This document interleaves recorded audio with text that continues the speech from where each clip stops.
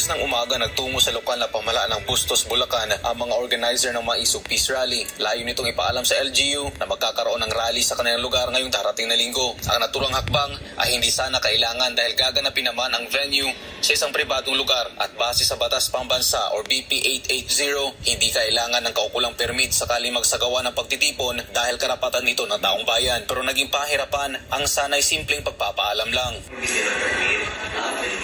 Kung ayaw mo bibigyan ng permit, kami ho ang gumagawa ng aming way para ipakita sa inyo na hindi ka na po yung usapan namin may-ari. In fact, may gagawin siya. Dapat nga, kasi po, estudyante dyan. Kaya lang po tayo, para lahat po tayo kung kasama malinis. Bigyan nyo na lang po kami ng explanation. Bakit po nahihirapan kami kukuha ng permit? Kasi mali na po sa sinasabi sir ng BP 880 na hindi naman talaga namin kailangan ng permit. Nagugat ang lahat ng ito matapos na ibalita ng SMNI News nitong Miyerkules, April 24, 2024, ang ginawang prasko ng TAPS Coalition. Sinabi kasi doon ng grupo na matutuloy na ang Maisog Peace Rally sa Central Luzon at ito'y gaganapin sa bayan ng Bustos, Bulacan. Ayon kay Verdel de los Santos, Regional Organizer ng TAPS Coalition, Central Luzon, na tinawagan umano ng mga taga-Malacanang ang may-ari ng venue at pinagbantaan. Tingnan nyo, pinantaan?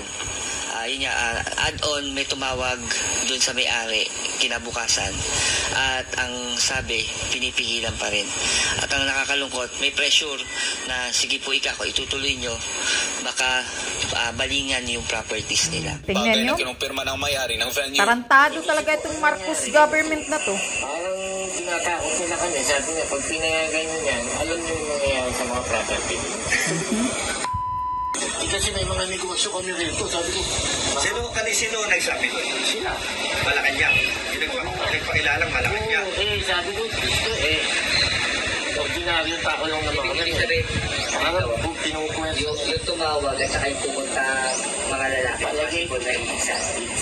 Para naman kay Placido Pilosopo, Secretary General ng Kilusang Pagbabago ng Central Luzon, wala silang nilabag na batas para sa napipintong Maisog Rally. Sa katunayan, lahat ng kanilang ginawa ay may mga kaukulang dokumento. Maaga pa lamang ay naghanda na tayo para sa mga karagdagang dokumento na kakailanganin natin para ang ating gagawing pagtitipon sa darating na linggo. April 28, dito po yan sa Barangay Poblasyon, Bustos, Bulacan, masiguro natin na hindi po tayo masisilipan ng kahit na anong mga bagay na pwedeng pumigil sa atin. Para naman kay Dr. Luz Aguinaldo, mismo ang congresswoman sa kanilang lugar, ang gumagawa ng pananakot para hindi matuloy ang rally. Baka hindi sila mabigyan ng project. Kasi from congresswoman mismo, nagmumula ang pananakot. Samantala, ayon naman sa dating Presidential Assistant for Economic Affairs to Philippine President Fidel V. Ramos at isa sa mga yan na congresswoman kay Kuan. Tambalos-los siguro. Kahit na sino ang dapat na pumigil sa isang mapayapang rally dahil nakasaad ito sa konstitusyon. There are prayer rallies, there are peaceful prayer rallies. Correct. That's allowed under the Constitution. Yes. And nobody has a right to stop that. Dagdag pa nito na ang ginagawa ngayong panggigipit ng kasalukuyang administrasyon sa mga kritiko nito ay may tuturing niyang neo-Nazi tactic tulad ng ginawang pagbawi sa prangkisa ng SMNI. The government has its own propaganda machine. So, if you Tarantadong want gobyerno talaga. Democracy, a strong democracy, you have to allow the opposition to air its views. Correct. Now, the moment you start cracking down on the platforms of the opposition, you are actually resorting to what I call neo-Nazi tactics. Correct, because neo-Nazi every tactics. authoritarian government, they started out the same way doing this. And what is wrong with, and as a matter of fact, we should be happy that we have platforms like SMNI that disagree. Sa huli, sinabi ni Alejandrino na dapat nang itigil ang Marcos administration ang panghaharas sa kanilang mga kritiko kasabay ang panawagan sa taong bayan na dapat magkaisa at ipakita sa mga inihalal na dapat ang taong bayan ang nasusunod at hindi ang mga politiko. Tama. So, this government is really should rethink its policies and stop all these harassments. Yes. That's what people power is.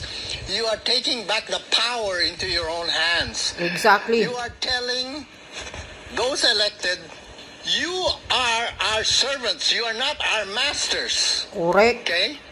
And that is important to remind them of that, because you keep quiet, you allow the abuse of power and corruption to grow. Sa ngayon, nilinaw ng TAPS Coalition na tuloy pa rin ang maisog peace rally. Kakahiya.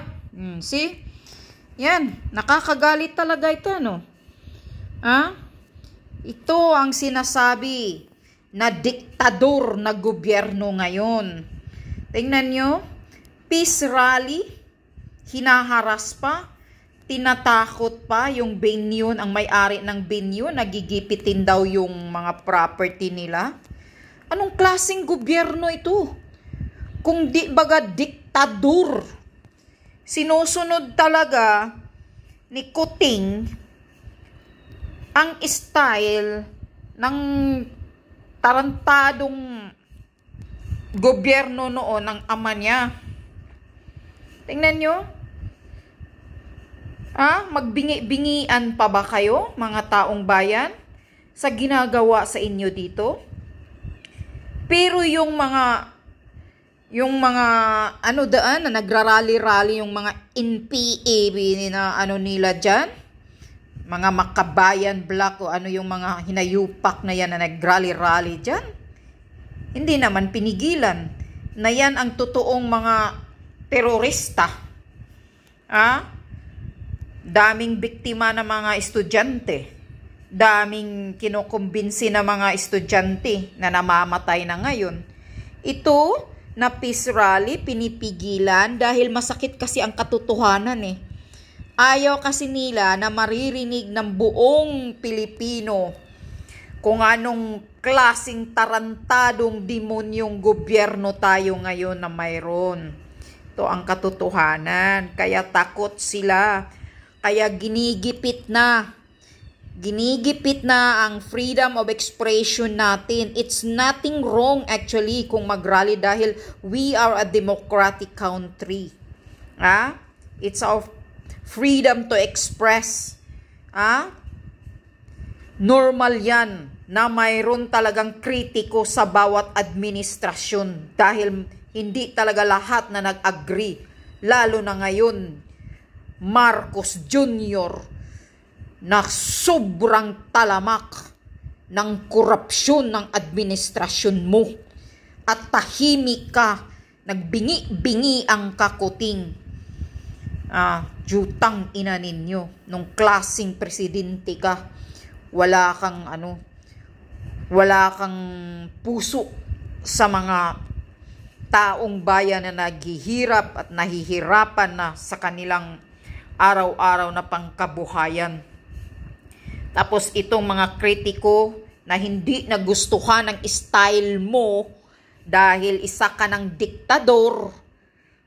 Ngayon hinaharas mo na naman itong may-ari ng venue, tinatakot nyo. Anong klaseng gobyerno ka?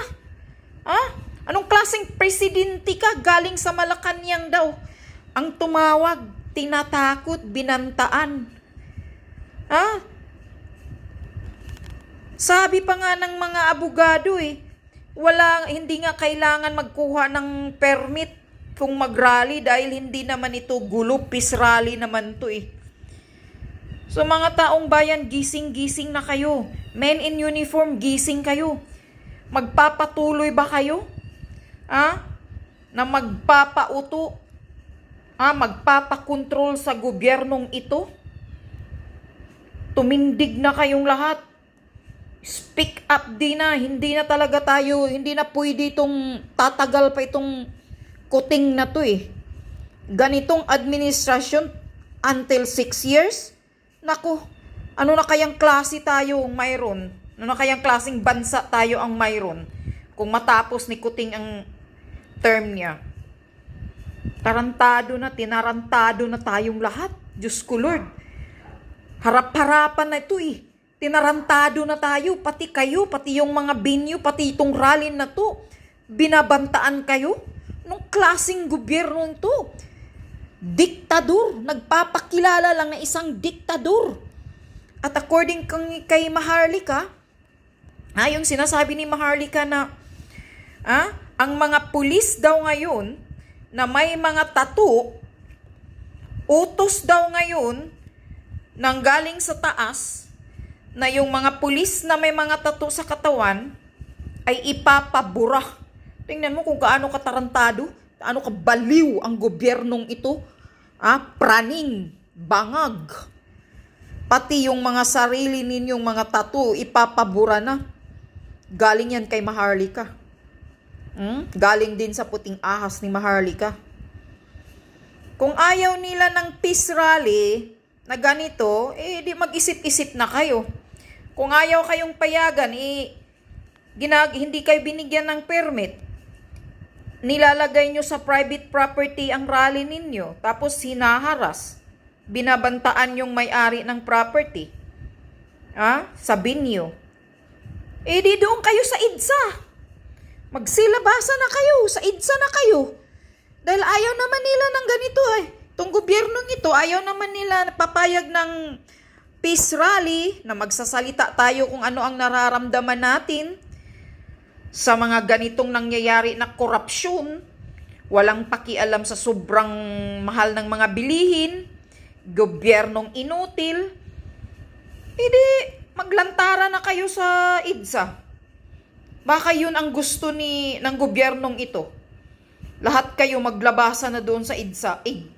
EDSA yan. Para hilain na siya palabas silang lahat. Lalo na yung asawa niyang walang hiya. Sobrang kapal ng mukha. Grabe, kadiktador. Nakakagigil. Nanggigigil talaga ako nang narinig ko tong balita na to. Talagang grabe, diktador. Hinaharas. Lahat na lang tayo tanggalan ng karapatan natin na magsasalita. Ito ba ang demokrasya? Marcos Jr., ito ba ang ng gobyerno mong demokrasya? O talagang pinapatay mo na ang demokrasya ng Pilipinas? Sabi pa nga kanina yung nagsasalita yung matanda dyan, sabi niya, it's nothing wrong. At wala kayong karapatan na tipigilan nyo itong rally na to. Dahil nasa konstitusyon ito. Karapatan ng taong bayan. Freedom of expression natin ito. Nasa konstitusyon to. Kung ganyan ang gobyernong ito, mag-isip-isip na kayo, mga sir, mga nanay, mga tatay. Ayaw nila ng peace rally, di ba? Baka gusto nila ng gulo rally. Yan. Gusto siguro ng gobyerno ang gulo rally kasi ayaw ng peace Pinipigilan kayo, hinaharas kayo Baka gusto ng gulo rally. Gago Tarantado talaga itong gobyernong to. Sabi ni tatay kanina dyan, tandaan ninyo mga politiko na nasa gobyerno ngayon. Hindi kayo master. You are not a master. You are a servant for the Filipino people. To serve. Hindi kayo ang master na kayo ang masusunod. Pero baliktad. Baliktad ang jutang inang patakaran ng Pilipinas, sistema ng Pilipinas. Ang mga nakaupo sa gobyerno ang naghari-harian ang akala nila sila ang hari. Sila ang master. Sila ang king. Mga yawa. Tangina kayo.